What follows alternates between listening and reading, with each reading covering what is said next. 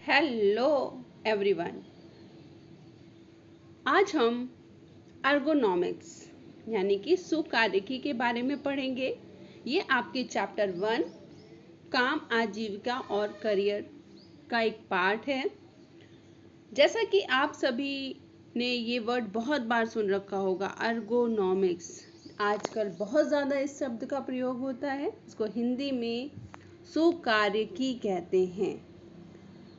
सुकार्यिकी, जैसा कि नाम से समझ गए होंगे आप सब, सुकार्यिकी यानी कार्य को सुगम करना। क्लियर?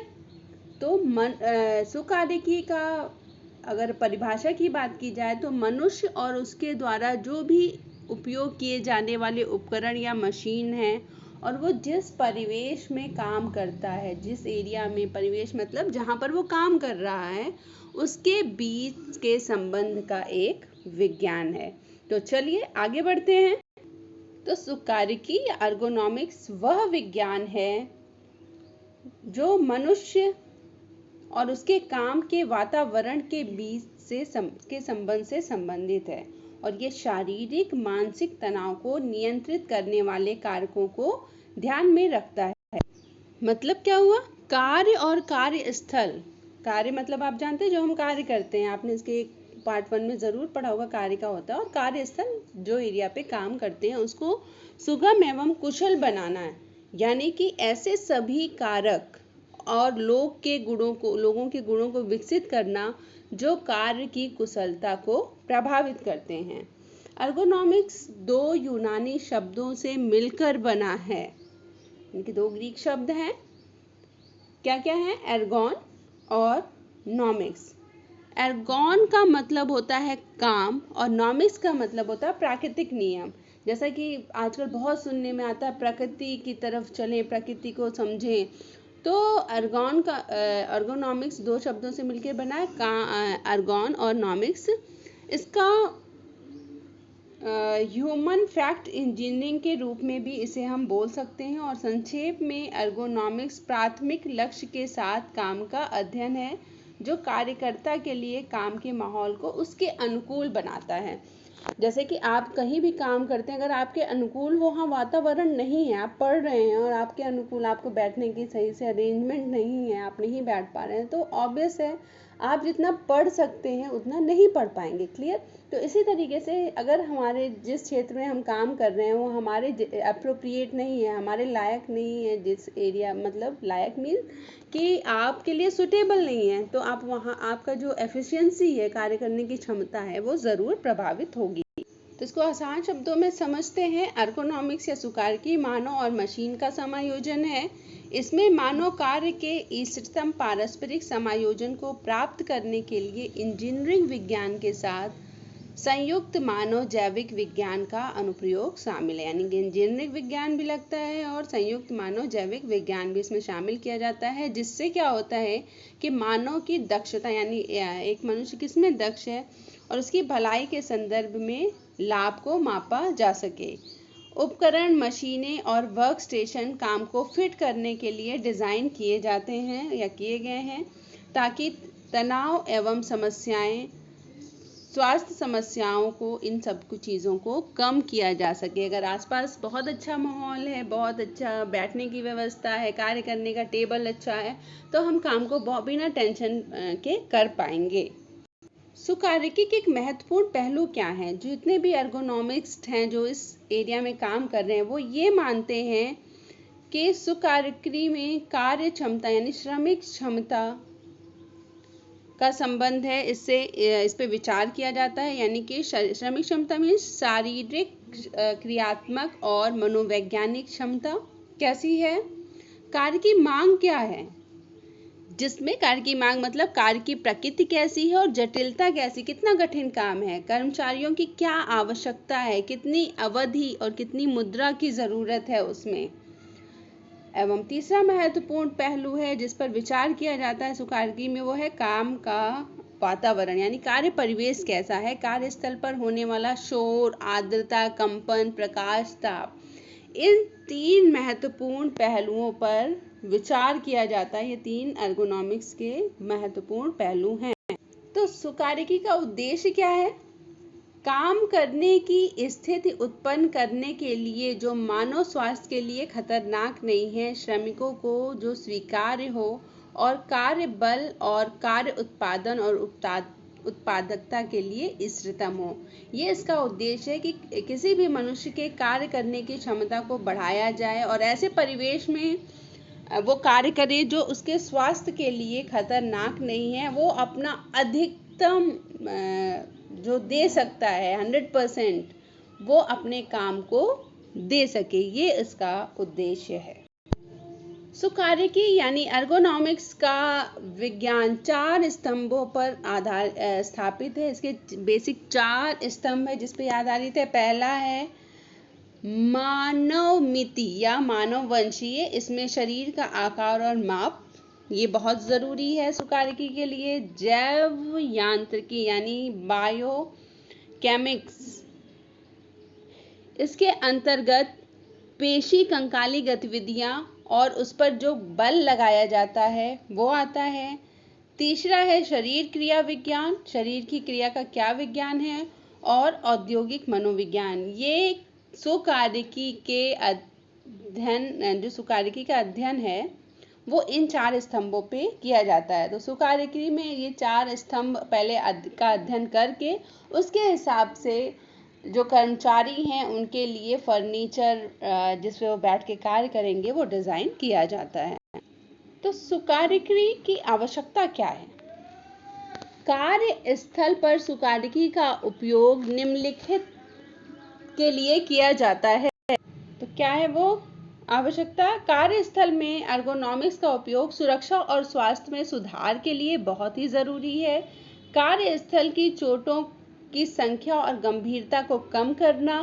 कई बार ऐसा होता है कि काम जिस एरिया में हम कर रहे हैं वहाँ चोट लगने की संभावना होती है, तो सुकार्यकी का अध्ययन करके उसके हिसाब से उस एरिया को डिज़ाइन करके इस जो दुर्घटना, जो चोट लगने की संभावना उसको कम किया जा सकता है।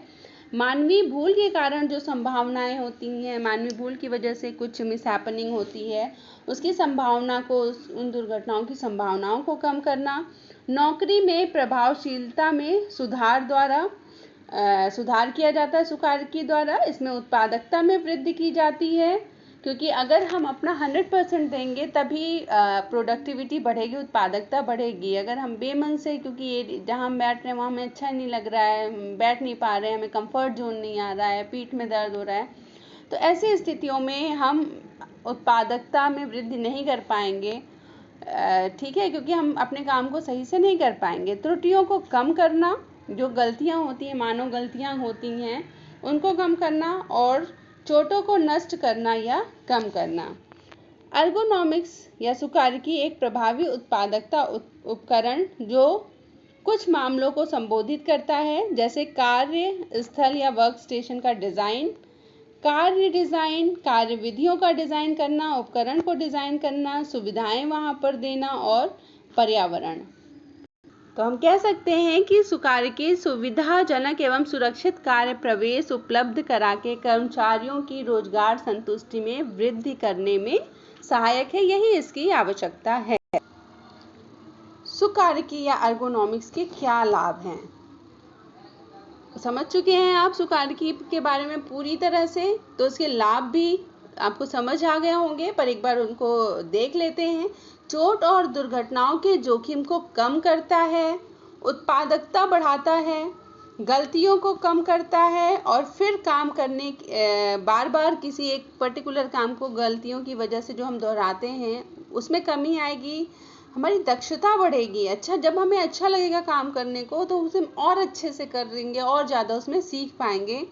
खराब स्वास्थ्य, दुर्घटनाओं, तनाव के कारण अनुपस्थिति को कम करता है। जो कई बार आप कहीं इसलिए नहीं जाते अपने ऑफिस की, आज पीठ में मेरे दर्द है या ये इशू कल आ गया था तो नहीं जाना है, वो कम करता है, यानी अटेंडेंस को बढ़ाता है। और जब भी अटेंडेंस बढ़ेगी तो प्रोडक्टिविटी यानी उत्पादकता बढ़ेगी और श्रमिकों और कार्यकर्ताओं के मनोबल में सुधार लाता है, उसको और बेहतर बनाता है। तो ये है सुकार्यकी के लाभ।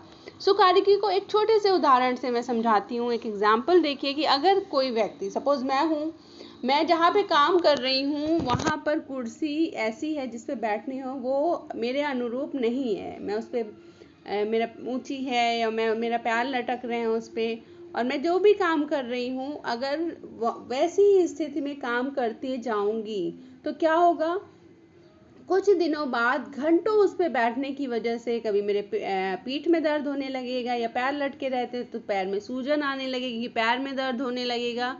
तो सुकार्यकी के सिद्धांतों के अनुसार किसी व्यक्ति द्वारा प्रयोग किए जाने वाले फर्नीचर, जैसे कि जो कुर्सी का प्रयोग करता है, जिस टेबल का प्रयोग करता है या कंप्यूटर का प्रयोग करता है, उसकी ऊंचाई और स्टैंड उस व्यक्ति के अनुरूप हो, उसके शरीर के आकार के अनुसार समायोजित की जा सके, एडजस्टेबल हो, कि जैसे बैठना है जिस तरीके से सेट हो सके पैर, क्योंकि हर जैसी जगह जहाँ एम्प्लॉयज़ चेंज होते हैं वहाँ बार बार चेयर तो नहीं बदली जा सकती है, बट वो एडजस्टेबल चेयर हो कि लोग अपनी हाइट के हिसाब से वो उसको एडजस्ट कर सकें, जिससे उन्हें कोई समस्या ना हो। कुर्सी की टांगे ऐसी होनी चाहिए कि व्यक्ति गिरे नहीं, जिससे दुर्घटनाएं कम होंगी, और जब हम एकदम कंफर्टेबली काम करेंगे तो ज़रूर उत्पादकता बढ़ेगी, हमारा कार्य करने में मन लगेगा और हम डेली उस काम अपने ऑफिस जाना चाहेंगे और अपने कार्य को करना चाहेंगे।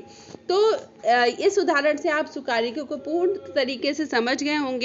या एक घर का एग्जाम्पल ले लेते हैं, जैसे किचन में आपको काम करना है और किचन की जो स्लैब है वो बहुत ऊंची है, आपको बार बार ऊंचे उठ कर अगर आप चाय भी बनाने गए हैं तो बार बार ऊंचे उठना पड़ता है और उसके बाद उसमें आप चीनी और पत्ती डाल रहे हैं, तो क्या होगा, आप करना नहीं चाहेंगे, जाना नहीं चाहेंगे चाय बनाने। अगर वही आपके लेवल का स्लैब हो तो आप आसानी से उस कार्य को कर पाएंगे और ऑब्वियस है उत्पादकता बढ़ेगी, क्योंकि आपको काम करने में आलस नहीं लगेगा, अगर चोट लगने और गिरने की संभावनाएं भी कम हो जाएंगी। तो ये है सुकार्यकी के लाभ। मैं उम्मीद करती हूँ कि आपको सुकार्यकी को बहुत अच्छे से समझ गए होंगे। तो सुकार्यकी में किसी भी परिवर्तन को उत्पादकता पर पड़ने वाले इसके प्रभाव के परिप्रेक्ष्य में ही देखना चाहिए, और उत्पादकता को बढ़ाने का ये बेहतर साधन है। Thanks for watching Guru Gyanam. It's all about home science. Don't forget to subscribe my channel for more videos related to home science. And don't forget to share and like it. Thank you so much.